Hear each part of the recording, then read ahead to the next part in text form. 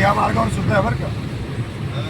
म्हणजे आपण कसाऱ्यात प्रवेश करतो पावसाळ्यामध्ये जे धुकं जाणवतं ना, तेच धुकं समृद्धी महामार्गावर कसारा इगतपुरी या पट्ट्यामध्ये सेम तसंच पूर्ण काळे ढग आणि त्याच पद्धतीचं वातावरण आपल्याला बघायला मिळते. फरक एवढाच आहे, काही ते चढणाचे उताराचे जास्त वळणं नाहीत, घाट रस्ते नाहीत, सरळ सरळ हा मार्ग आहे. आता थोड्याच वेळात हा सगळ्यात मोठा बोगदा जो कसाऱ्यातला आहे, त्या बोगद्यामध्ये जवळजवळ तो 8 ते 10 किलोमीटरचा बोगदा आहे. त्या बोगद्यात आता आम्ही प्रवेश करणार आहोत.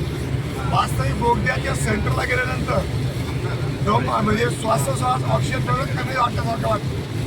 परंतु आम्ही AC ऑन करून मध्ये प्रवेश करणार आहोत, कारण येताना आम्हाला ते जाणवलं की उष्णता आणि तो श्वास घेण्यासाठीचा थोडासा जो प्रॉब्लेम येत होता तो जाणवला.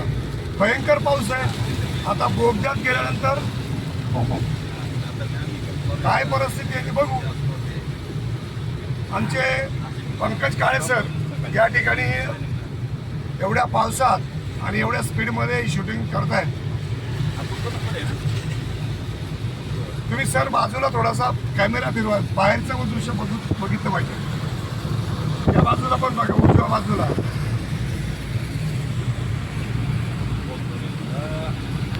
आता बोगद्यामध्ये प्रवेश होतोय.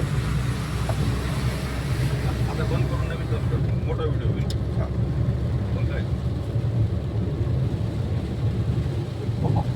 बाळासाहेब हिंदू हृदयसम्राट बाळासाहेब ठाकरे समृद्धी महामार्ग आणि त्यातला हा ट्युनल, हा जवळजवळ 8 ते 10 किलोमीटरचा हा बोगदा आहे. मध्ये प्रवेश केला आहे. बाहेर पूर्ण अंधार होता, परंतु या बोगद्यात दिवस झाल्यासारखे वाटायला लागले. आम्ही प्रवेश केला आहे. हवा सुंदर आहे, परंतु मध्यभागी गेल्यानंतर सेंटरला हवेचा थोडासा ऑक्सिजनचा कमीपणा जाणवतो. हे निश्चितच वाटतं की ज्याला हाय BP शुगरचा त्रास आहे अशा लोकांसाठी थोडंसं मनामध्ये भीती निर्माण होते. कारण की जमिनीच्या अगदी पोटात म्हणजे डोंगराच्या कुशीत हा प्रवास होतोय आणि खरोखर एक वेगळा गतीचा हा मार्ग आणि ही गती, हा स्पीड आज आपल्याला अनुभवायला भेटतोय. बाहेर जोराचा पाऊस चालू आहे, परंतु आम्ही त्या कसाऱ्याचा जो मोठा डोंगर आहे त्या घाट रस्त्याच्या त्या डोंगराच्या मधून हा ट्युनल पार करतोय. वास्तविक इथे मध्ये स्पीड लिमिट आहे. जास्तीत जास्त 80च्या स्पीडने आपण ट्युनलमधून चालू शकतो. पण वा, फार फार फार अप्रतिम ही कला आहे. ज्या अभियंत्यांनी हे काम केलंय, वा, मानल्यासारखं आहे. आणि खरोखर या सगळ्या अभियंत्यांना, काम करणाऱ्या सगळ्या कर्मचाऱ्यांना आजच्या या दिवशी खरोखर शुभेच्छा द्याव्याशा वाटतात. आणि एक छोटीशी क्लिप त्यासाठीच काढून ठेवतोय.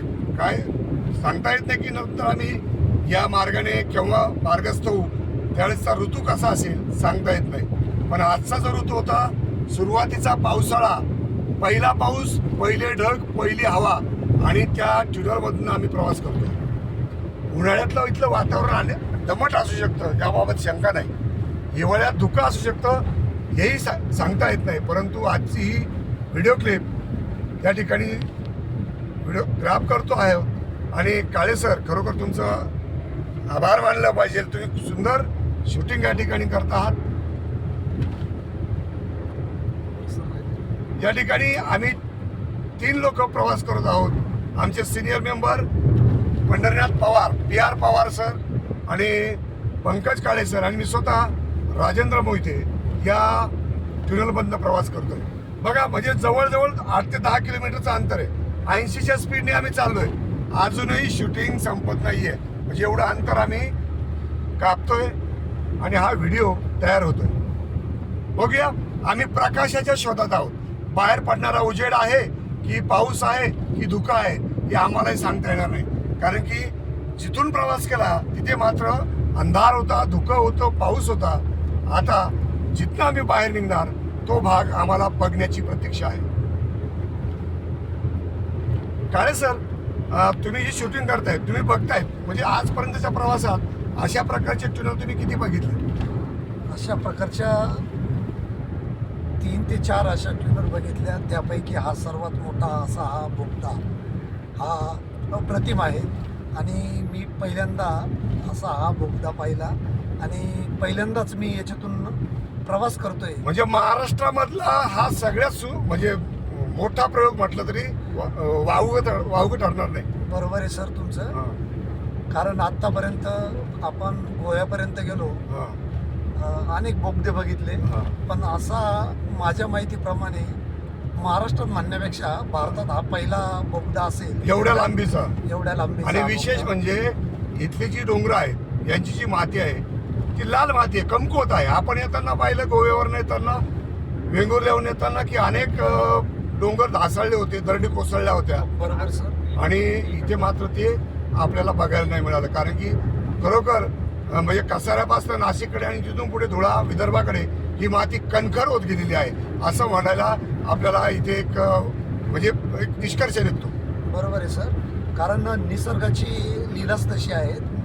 जर आपण बघितलं की वेगवेगळ्या ठिकाणी आपल्याला वेगवेगळी खडक रचना, हा, त्याचबरोबर माती जी मृदा आपण माती म्हणतो ते मातीमध्ये बदल, हवामानात बदल, हा. तसं आपल्या ह्या घाट माथ्यावरती या सह्याद्रीच्या पर्वतरांगेमध्ये अनेक प्रकारची आपल्याला जी मृदेचे प्रकार पाहायला भेटले, दगडाचे प्रकार पाहायला भेटले. हो. खरं जर बघितलं आपण हा एक अग्निजन्य खडकाचाच एक प्रकार आहे आणि तो टणक स्वरूपाचा आहे. हा. त्यामुळे माझ्या माहितीप्रमाणे भारताला जे यश आलं हा. तर ते ह्या रूपांतरित जो अग्निजन्य खडक आहे, हम्म. या अग्निजन्य खडकामध्येच एवढा मोठा बोगदा हा होऊ शकतो हे सिद्ध झालं असं म्हणलं हरकत नाही.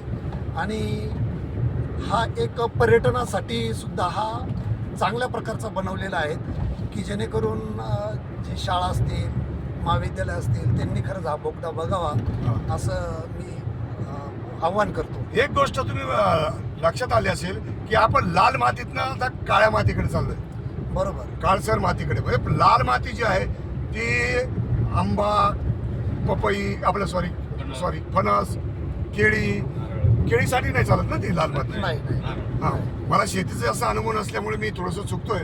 परंतु नारळ आणि काजू, फणस ही लाल मातीतली फळं आहेत. बरोबर. आणि विशेष म्हणजे देवगडचा हापूस आंबा, म्हणजे तिथे आपण भेट देऊन आलो. त्या हापूस आंब्याची आजही 12ही महिने काही ठिकाणी ते आंबे तिची रोपं आहेत ती पाहिली. बरोबर. आता प्रकाशाच्या म्हणजे आपण जवळ आलेलो आहोत. म्हणजे आज आपण त्या सह्याद्रीच्या त्या कसाऱ्याच्या त्या डोंगराच्या रांगेतनं बाहेर पडत आहोत. बाहेर सुद्धा हा पांढरा शुभ्र प्रकाश एवढा काही दिसत नाही, परंतु धुकं मात्र अजूनही अटळ आहे. आणि हा प्रवास फार सुंदर, फार अप्रतिम. आणि आपल्या तुमच्या तिघांच्या म्हणजे दोघांच्या साक्षीने पवार सर, खरोखर आपणही आपले धन्यवाद मानले पाहिजे. काळे सर, तुमचे धन्यवाद मानले पाहिजे की इतका सुंदर व्हिडिओ तुम्ही तयार केलाय, त्याबद्दल धन्यवाद सर.